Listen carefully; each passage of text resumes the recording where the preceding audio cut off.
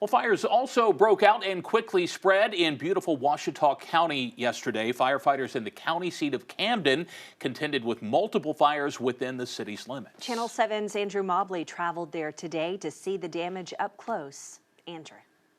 Of the handful of fires that struck Camden last night, this one behind me along Fairview Road was the most destructive. But thankfully the house that burned down behind me was unoccupied. It was abandoned.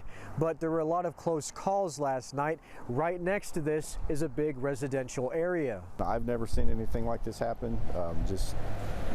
The worst conditions possible, all at the same time. Yesterday, Camden police evacuated roughly 50 homes in a neighborhood just off Fairview Road in Camden as the city's 9-man fire department fought to keep a fire from reaching residential areas. We just set up a line of defense to keep it out of the neighborhoods, and it was a very dangerous situation because if it would have gotten past us, it would have been very difficult to stop. The winds the way they were, once you got out of the trees, it would have continued from house to house to roof, and probably would have burned a few blocks before we could have got back ahead of it. Meanwhile, at the other end of town, the city's animal shelter was evacuated because of another fire, which, though dying now, was still active today. The only structures destroyed in the city, apart from an abandoned house, were several pre-Civil War cabins that a family had preserved. It was sad to lose some historical parts of our town, but thankfully no one lost their homes. There was no lives lost. City officials say when it mattered most yesterday, volunteers and fire departments from neighboring communities came to their aid.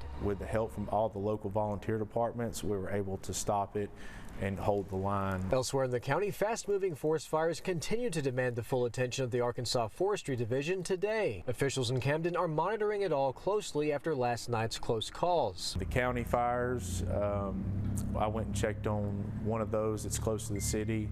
It's being contained right now. And officials want to remind folks in Camden and Ouachita County, whatever you do not burn. Even things like grilling, we ask you please refrain from that. Be sure if you're pulling a trailer, you don't have any chains that's dangling down that might hit a spark. Even if you're mowing your lawn, be careful of going around places that there might be some rocks that can create a spark. You know, county officials are quite right when they say that they owe a lot to volunteers and volunteer fire departments from neighboring communities that came out to help. I was told by one county official that a former NFL football player from the community was among those pitching in last night. On your side, I'm Andrew Mobley.